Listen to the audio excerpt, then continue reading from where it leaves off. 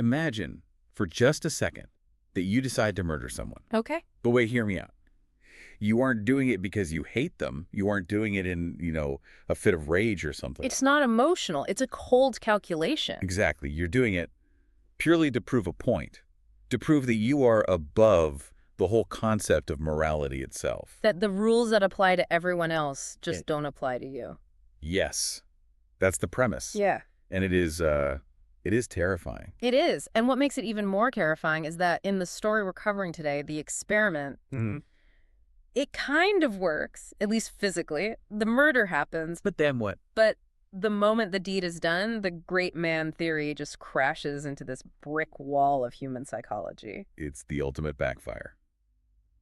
Welcome back to the Deep Dive. Today we are tackling a titan.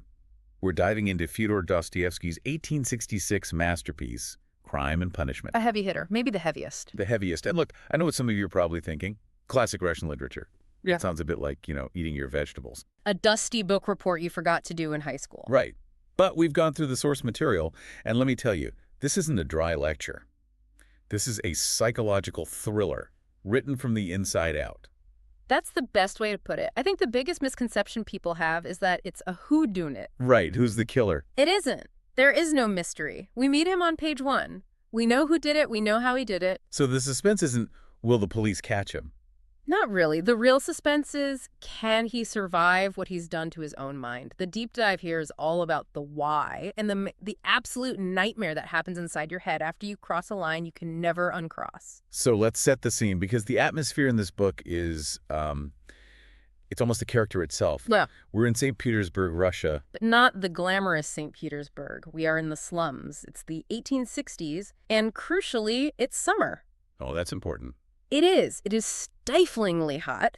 The sources describe it as gritty, cramped, and just, filled with poverty. It smells of dust and lime and stale beer. The heat is just pressing down on everyone. Making everyone's tempers short. And their minds fragile. And right in the middle of this, we meet our protagonist, Rodion Romanovich Raskolnikov. Raskolnikov. He's a former student, brilliant, handsome, but absolutely destitute. He's dropped out of university because he can't afford it. And he's living in this tiny little garret apartment. A cupboard or a coffin is how it's described. So claustrophobic. Completely. And in that isolation, he's hungry, he's literally starving, and he starts cooking up this very dangerous idea. He's not just depressed, he's intellectually possessed. This is the part that really hooked me.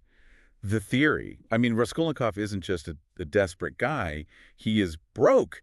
But that's not the real engine driving the murder. No, it's this specific ideology that he's developed. Right. And this is where we have to get a little philosophical, because this is the core of it all. It is. Raskolnikov has actually published an article, a scholarly article, outlining this theory. He believes humanity is divided into two very distinct classes. Okay, walk us through them. First, you have the ordinary people. These are the masses, the material that populates the world. Their only job is to be obedient, to reproduce, and to follow the law. They're the rule followers, the NPCs, to use a gaming term. Harsh, but yeah, that's basically how he sees them. But then, Raskolnikov argues, there's a second, much smaller group, the extraordinary people. Napoleons. Exactly. The Napoleons, the Caesars, the great movers of the world. And his theory, and this is the dangerous part, is that these people have an inner moral right to step over the law if their idea requires it. So if you're extraordinary, murder isn't actually murder. It's, what, like collateral damage? In his mind, yes. He argues that if Isaac Newton had to sacrifice, say, 100 lives to give his discoveries to the world, he would have been obligated to do it. Obligated? That's a strong word. It is. He believes the good of the discovery outweighs the bad of the crime. That all great men in history were criminals because they broke old laws to make new ones. That is a very, very slippery slope. It's the ultimate hubris. And that's Raskolnikov's test. He commits this crime because he wants to know which category he falls into. He's testing himself, like a science experiment. He's asking himself, am I a louse, like everyone else? Or am I a Napoleon? Can I take a life and not feel guilty about it?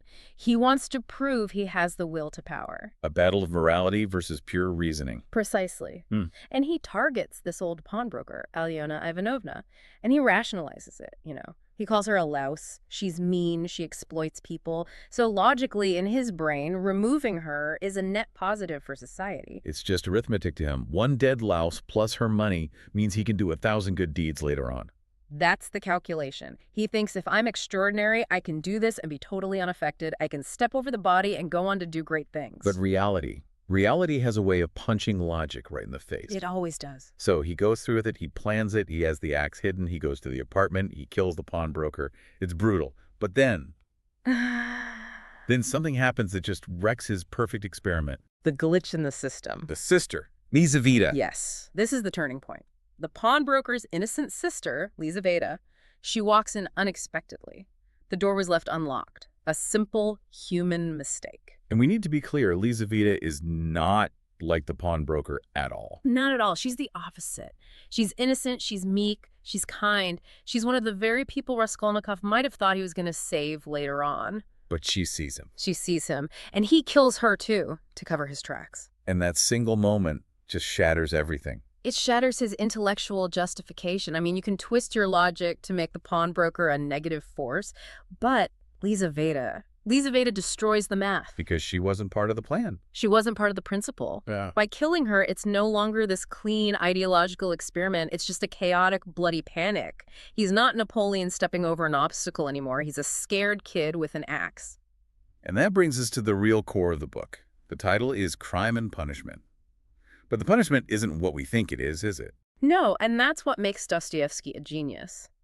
In most stories, punishment is external. The police, a trial, jail. Here, the police are almost secondary. The real punishment is immediate, and it is entirely internal. The psychological labyrinth. Exactly. Raskolnikov isn't really afraid of the police, not at first. What he feels is the complete disintegration of his own mind. Dostoevsky gives us this masterclass in guilt. And it's physical for him, isn't it? It's not just, oh, I feel bad. Oh, it's deeply physical. Right after the murder, he falls into this delirium. He gets fevers. He sleeps for days. He faints at the police station just hearing them Yes, that's the most painful part. He thought being extraordinary meant rising above humanity.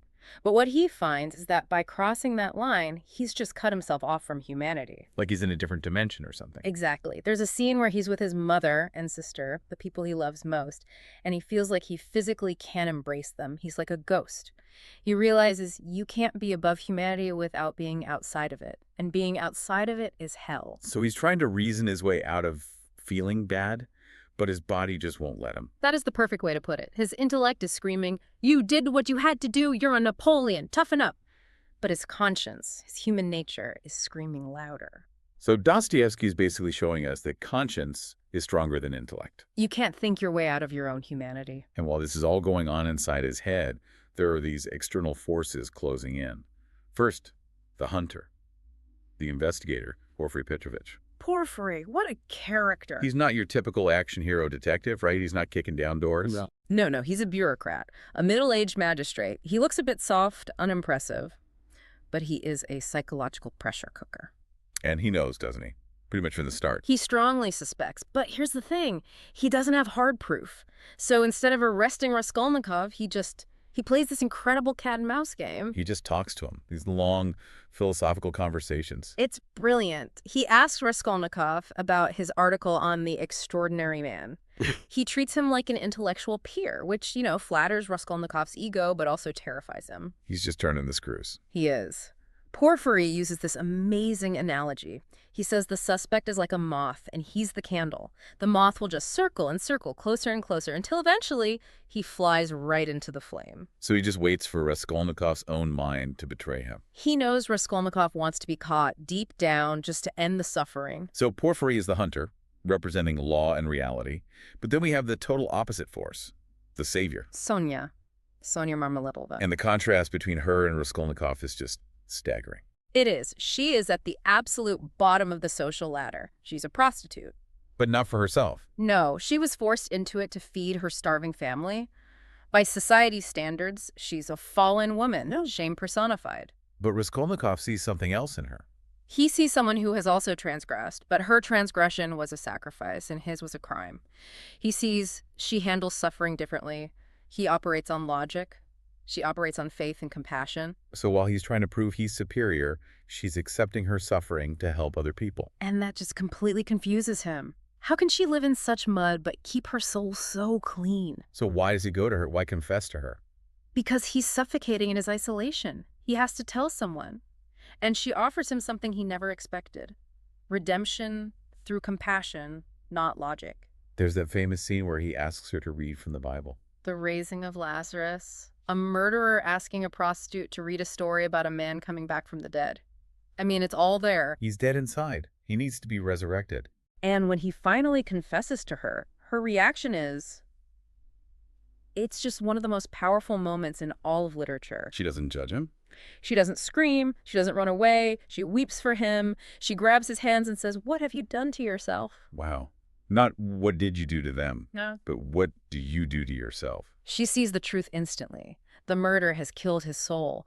Her simple humanity just shatters his whole Napoleon theory. And she's the one who gives him a pass out. She is. She tells him he has to confess, to accept his suffering, not to avoid jail, but to restart his life. It's the idea that compassion is transformative, where logic only isolated him. Exactly. Dostoevsky is making a huge statement.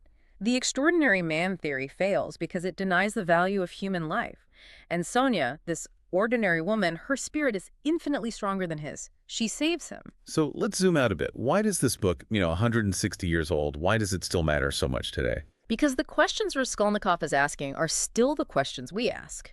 We live in a world that is obsessed with success, with being extraordinary, with disrupting things. The great man theory is still alive and well. We just call it different things. Move fast and break things. Exactly. We glorify the idea that if you're smart enough or rich enough, the normal rules of ethics don't really apply to you.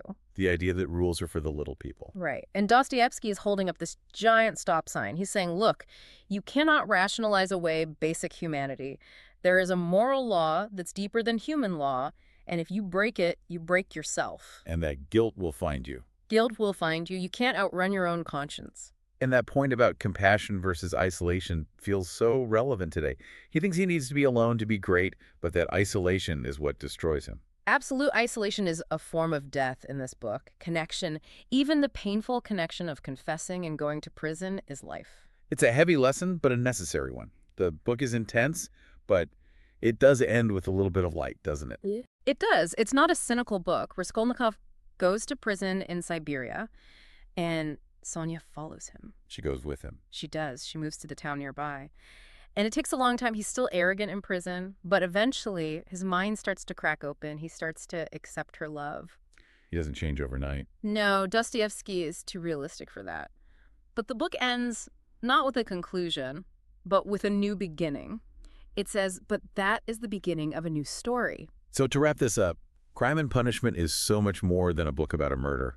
It's a journey into the darkest corners of the mind. It forces you to question your own motives, the lies we tell ourselves. It definitely makes you think twice about those moments when you feel like you're the smartest person in the room. Exactly. It's a check on our egos. It reminds us that intellect without a heart is a monster. So here's the thought we want to leave you with today. We all have our own little versions of the extraordinary man theory. We do. Maybe we don't pick up an axe, but maybe we cut corners. Maybe we treat people poorly and tell ourselves it's for a greater goal or because we're just different. So the question is, in a world obsessed with exceptionalism, are we in danger of thinking we are above the moral framework that holds us all together? And if we do cross that line, do we really think our logic can save us from what comes next? History and Dostoevsky would suggest the answer is no.